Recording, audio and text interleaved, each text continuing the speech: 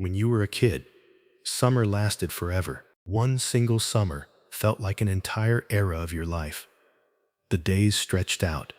August felt a lifetime away from June. And now, you blink, and it's December again. A whole year gone, like it barely happened. Here's the strange part. It's not your imagination. Time really does feel faster as you get older. Scientists have measured it. People in their teens consistently say a year feels long. People in their 50s say the same year flew by. But the reason why is stranger than you'd think.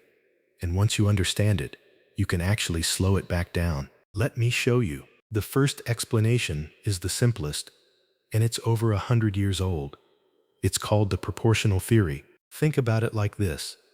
When you're 1 year old, a single year is your entire life. 100% of everything you've ever known. When you're 5, a year is 1/5 of your life.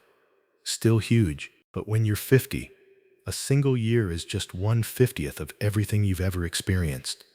A tiny sliver. So each passing year feels smaller, because compared to everything before it, it is smaller. To a 10-year-old, waiting a year for their birthday is an eternity. To their parent, that same year is a rounding error. By this math, the summer you remember from age 7 and the entire decade of your 40s can feel about the same length. It's a neat idea, but it's not the whole story. Because if time were only about proportions, every year would shrink at a smooth, predictable rate. And that's not what actually happens. Some years crawl, some vanish. A single month can feel longer than an entire year did. So proportion isn't the real engine. Something else is going on. And this is where it gets interesting. The real answer has to do with memory. Here's the thing your brain doesn't want you to know. You don't actually experience time. You reconstruct it. When you look back and ask, how long was that? Your brain doesn't check a clock. It checks how many memories it made. More memories. It felt long. Fewer memories. It felt short. Now think about being a child. Everything is new. Your first day of school. The first time you rode a bike. The first time you saw the ocean. Tasted something you'd never tasted. Felt afraid of the dark. Every day is packed with firsts. And your brain records firsts in high definition. So when you look back on childhood, it's dense, crowded with vivid, detailed memories. And all those memories trick you into feeling like it lasted forever. Now think about a normal week as an adult. You wake up. Same commute. Same desk. Same lunch. Same drive home. Same couch. How much of last Tuesday do you actually remember? Almost none of it. Your brain filed the whole thing under same as usual and barely saved a thing. So when you look back on the year, there's nothing there. No new memories to measure it with. And an empty stretch of memory feels like nothing. Like it just disappeared. This is the real reason time speeds up. It's not that the years get shorter.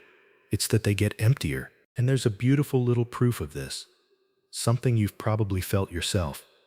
Scientists call it the holiday paradox. Think about the last time you went somewhere completely new. A trip, a different city, a place you'd never been. While you were there, the days felt full, long. You did so much. But here's the twist.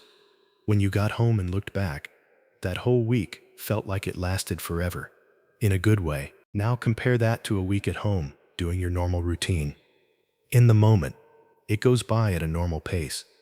But looking back, it's gone. Compressed into nothing. Same 7 days. Completely different lengths, depending entirely on how many new memories you made. Novelty stretches time. Routine devours it. There's even a physical piece to this, happening inside your brain as it ages. One scientist, Adrian Bejan, argues that when we're young, our brains process images faster. We take in more mental snapshots per second, like a camera with a higher frame rate. More frames, more detail, and time feels slower and richer. As we age, our brains process those images more slowly, fewer snapshots per second. And with fewer frames capturing each moment, time appears to blur and slip by faster. So your childhood didn't just have more memories.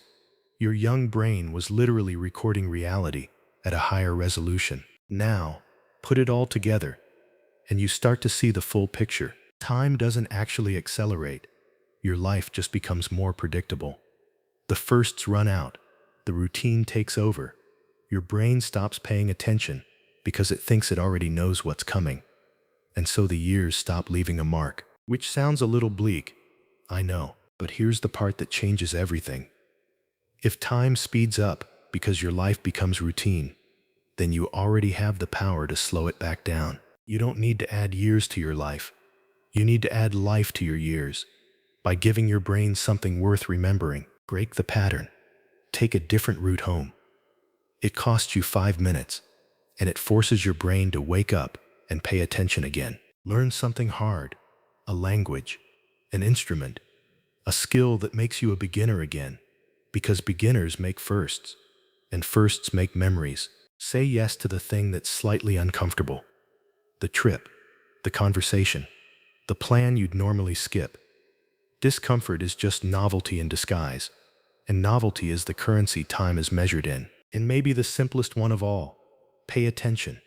Really be in the moment you're in, because the moments you notice are the moments you keep. The people who say life is short often mean life was routine, but the ones who fill their years with new things, who keep making firsts long after childhood ends, they get to feel something rare. They get their long summers back. So the next time you catch yourself thinking, where did the year go?